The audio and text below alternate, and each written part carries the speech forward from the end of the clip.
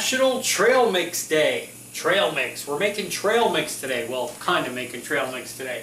Now, obviously trail mix, I'm sure everybody has their own version or variation that they like. I don't really have one because I don't really eat or make trail mix that often. But I do know that trail mix should have three main components. It should have some fruit, it should have some nuts, and it should have some chocolate.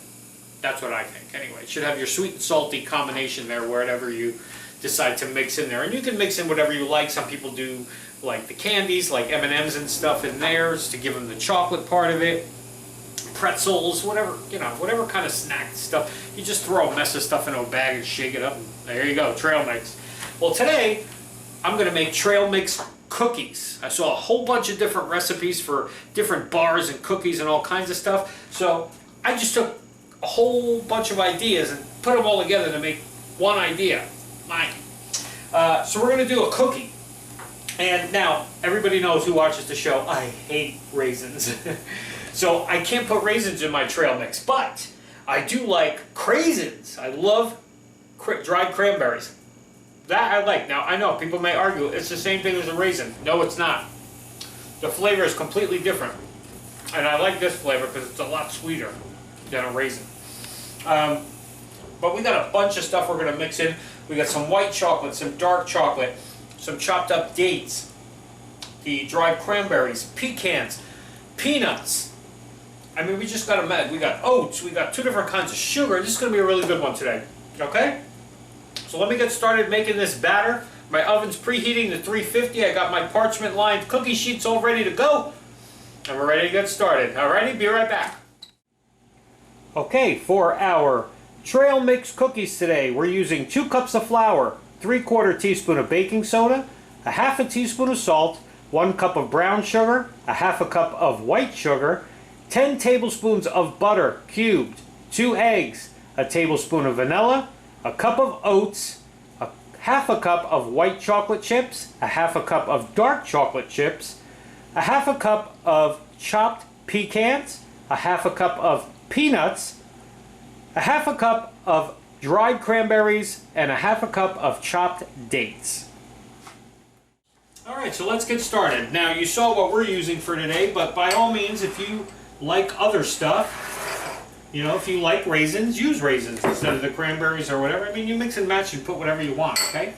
So first thing we're going to do in a bowl here is mix our flour,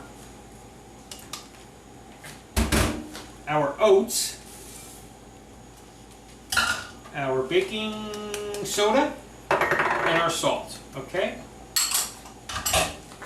And we're just going to whisk that together first. And then next, in our mixer here with our beater attachment, we're going to do our brown sugar and our regular sugar. And let's just mix that first. Mix those together. And then once you have those combined, you're going to take your cubed butter, your 10 tablespoons. Obviously, it's easier to cube it when it's cold than before it starts to melt and get warm.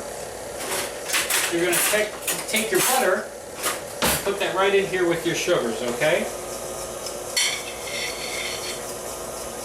And you're just going to cream this until it's nice and fluffy. Everything's mixed in and incorporated together, okay?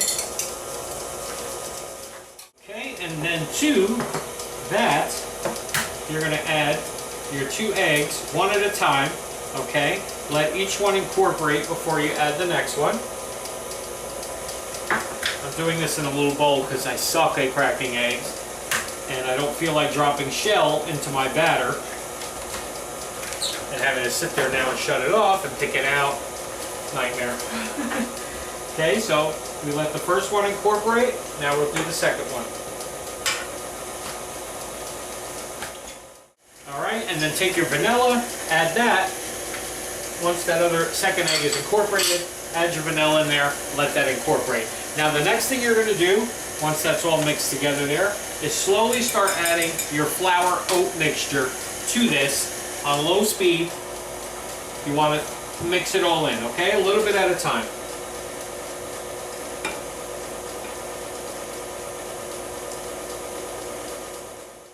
Okay, and then once that's all mixed, the last thing you got to do is drop in all of your chunky nuts and chocolate and candy or whatever you're doing ingredients, okay? Or white chocolate.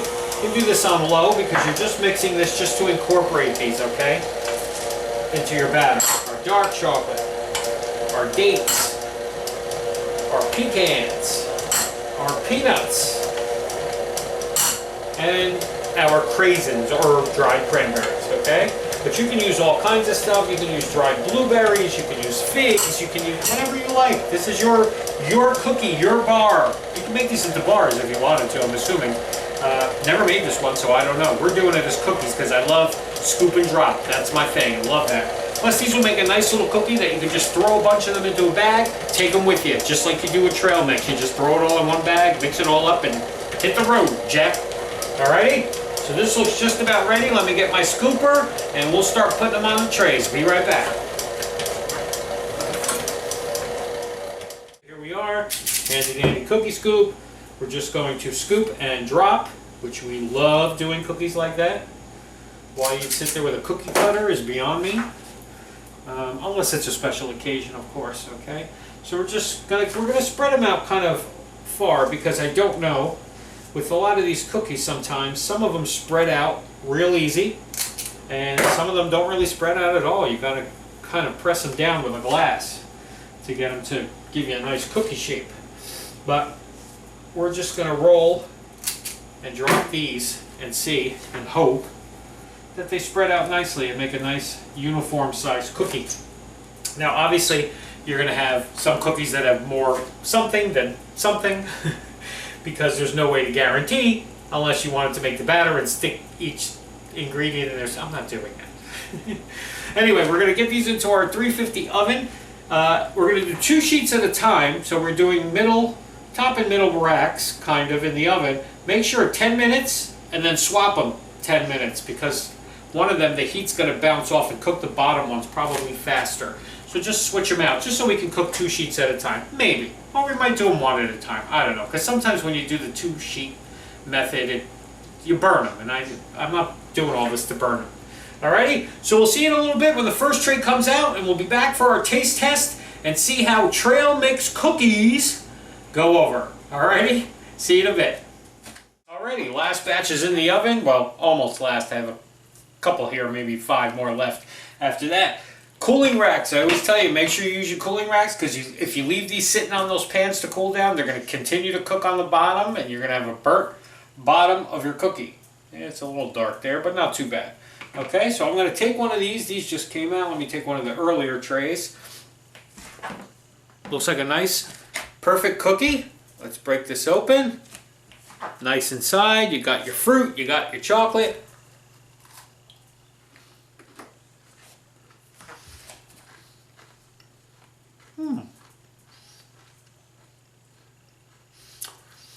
That's a pretty good trail mix cookie. Oh yeah. Because you get the cranberry. I'm getting the cranberry and the dates. But then you get that little kick of chocolate in it.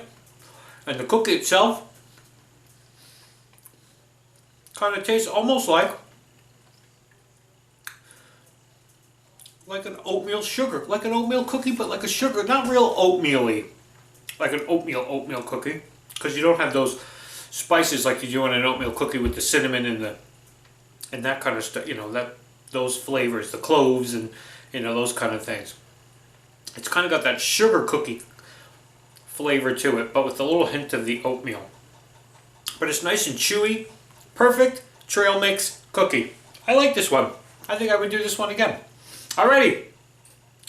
In the spirit of Trail Mix Day, happy trails, everybody. We'll see you tomorrow.